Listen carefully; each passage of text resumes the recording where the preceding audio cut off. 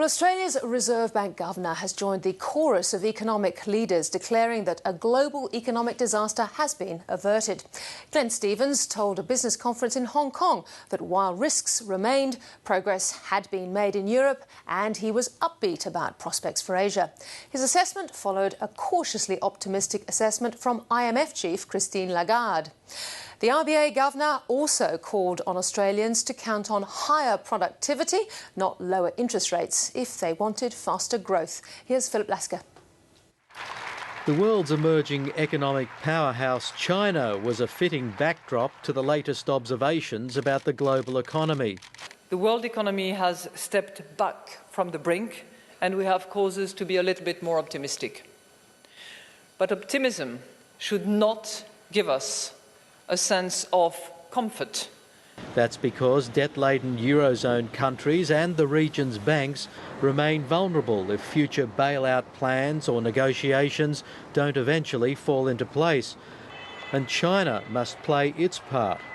To continue shifting the drivers of economic growth away from investment and exports and towards domestic consumption, China would do a great service to its economy and its people. The world also needs China to grow at a reasonable pace, and Australia's Reserve Bank governor's confident it will for a while yet. If the Chinese economy does slow too much, then I think it's reasonable to expect that the Chinese authorities would have both the will and the means to respond to that.